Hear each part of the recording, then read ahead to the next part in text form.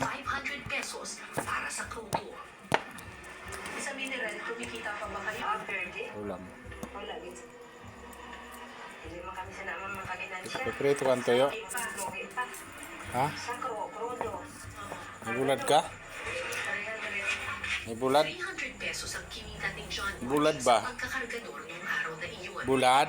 Pero imbis na bumili ng mineral water na kanyang pinasan, Yaw sana ako kaso umuwi ang pinata na walang anumang tubig na dala. ang dami kong may ginagawa kasi ako. Kain na. Kain na, pobre. May nakabarag pa pala ako doon. Kinabukasan, maagang Gutom. naglayag si John March paalis ng isla. Ang kanyang pakay, ang isla ng Hintutulon sa Masbate. May murang tubig daw kasing mabibili sa islang iyon.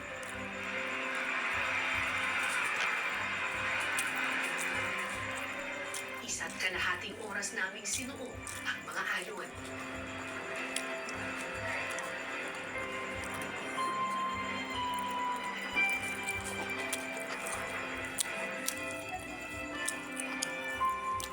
Pagdating sa pampang, inilatag ni John March ang hose na pinagkukunan nila ng tubig.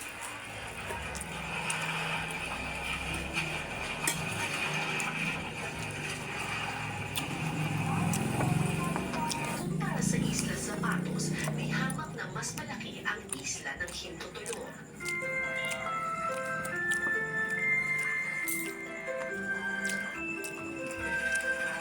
Mas malapit din dito sa Masbate, kaya mas madaling bumili ng mineral water. May kuryente na sa isla. At may balon na mapagkukunan ng tubig. Ayun!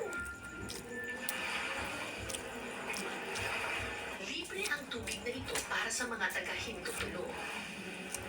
Pero kung dayo ka mula sa ibang isla, kailangan mong magbayad. May dalawang balon na pwedeng pangkunan ng tubig. Ang isa, 8 pesos kada container ang benta. At sa kapila, 5 piso kada container.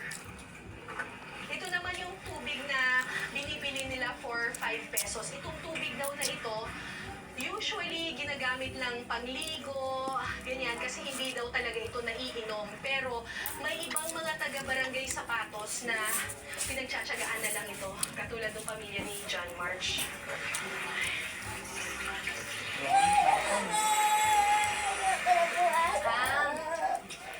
Mas ano siya? Tatandun ka! Yan na!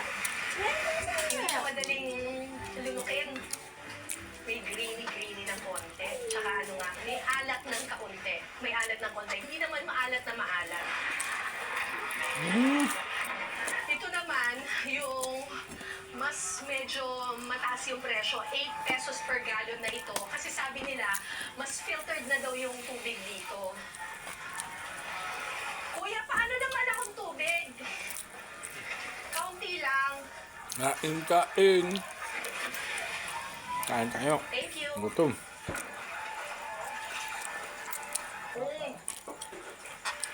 Ito malapit-lapit sa mineral water. Pero sabi ng mga taga rito, hindi pa rin daw nila ito iniinom kasi mas preferred pa rin nila yung mineral water. Alam mo na galing pa rin siya sa tubig poso. Pero compared dun sa kanina, hindi na ito kasing bigat. Parang hindi mo na nalalasahan yung mga butil-butil. Dahil alam niyang gagastos pa siya sa krudo ng kanyang pangka, nagtiis na lang si John March sa 5 pisong tubig balon. Ilan ang galong? Ha? 13. 65.